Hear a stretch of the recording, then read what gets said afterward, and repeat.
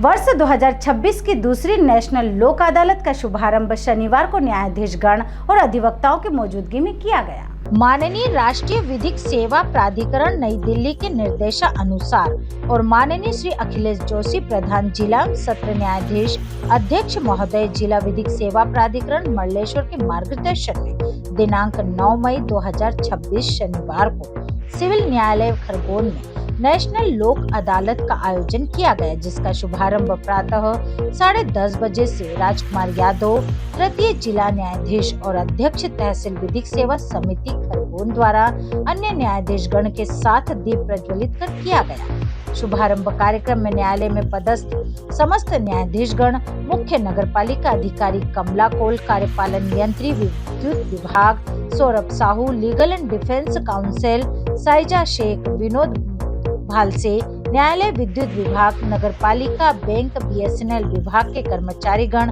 और paralegal volunteers उपस्थित रहे।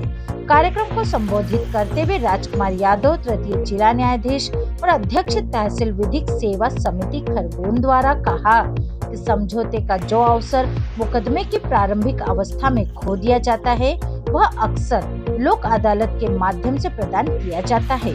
साथ ही अन्य विभागों से उपस्थित अधिकारियों, कर्मचारियों और पक्षकार गण से अधिक प्रकरणों का नेशनल लोक अदालत में राजीनामा के माध्यम से निराकरण कर नेशनल लोक अदालत को सफल बनाने में सहयोग करने हेतु आह्वान किया गया। कार्यक्रम का संचालन पैरालीगल वॉलंटियर संतोष पटेल द्वारा किया गया।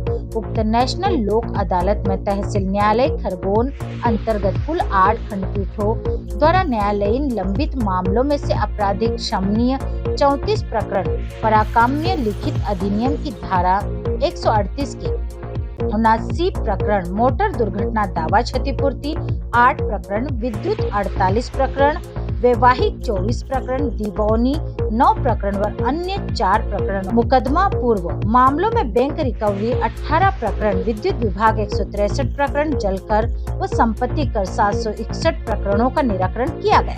नेशनल लोक अदालत में न्यायालय में लंबित 204 प्रकरणों का निराकरण किया और 4,17,12,878 रुपए का अवार्ड पारित किया गया एवं प्री लिटिगेशन के 942 प्रकरण में 59,89,656 रुपए, कुल 1,146 प्रकरणों का निराकरण किया गया और 4,77,02,534 रुपए का अवार्ड पारित किया गया। देखिए, राष्ट्रीय विधिक सेवा प्राधिकरण नई दिल्ली के निर्देश पर, राज्य विधिक सेवा प्राधिकरण जबलपुर के निर्देश पर, जिला विधिक सेवा प्राधिकरण मंडलेश्वर के तत्वाधान में आज मंडलेश्वर में यह वर्ष की दूसरी लोक अदालत का आयोजन किया गया। इस लोक अदालत का मुख्य उद्देश्य रहता है कि अधिक से अधिक प्रकरण आपसी सौहार्दपूर्ण वातावरण में पक्षकारों की सहमति से उनका निराकरण, जिससे उनको त्वरित न्याय मिल सके और सस्ता न्याय और सुलभ न्याय मिले। लोक अदालत में जो निर्णय होते हैं उसमें हम आपको बता दें कि जो ऐसे मामले जिसमें कोर्ट फीस भरी गई है, वो कोर्ट फीस भी उनको वापस मिल जाती है, तो इससे उनको जो न्याय है वो एक सस्ता न्याय हो जाता है और जो सालों साल प्रकरण चलते हैं उनका निराकरण भी बहुत ही लोक अदालत में होने से त्वरित न्याय हो जाता है, जो कि न्याय की मंशा है। हाँ, इसमें यहाँ पर खरगोन में 8 खंडपीठें बनाई गई और 8 खंडपीठों में 361 प्रकरण रखे गए, जिसमें 160 प्रकरणों का अभी तक निराकरण हो चुका है और अभी भी कार्य जारी है।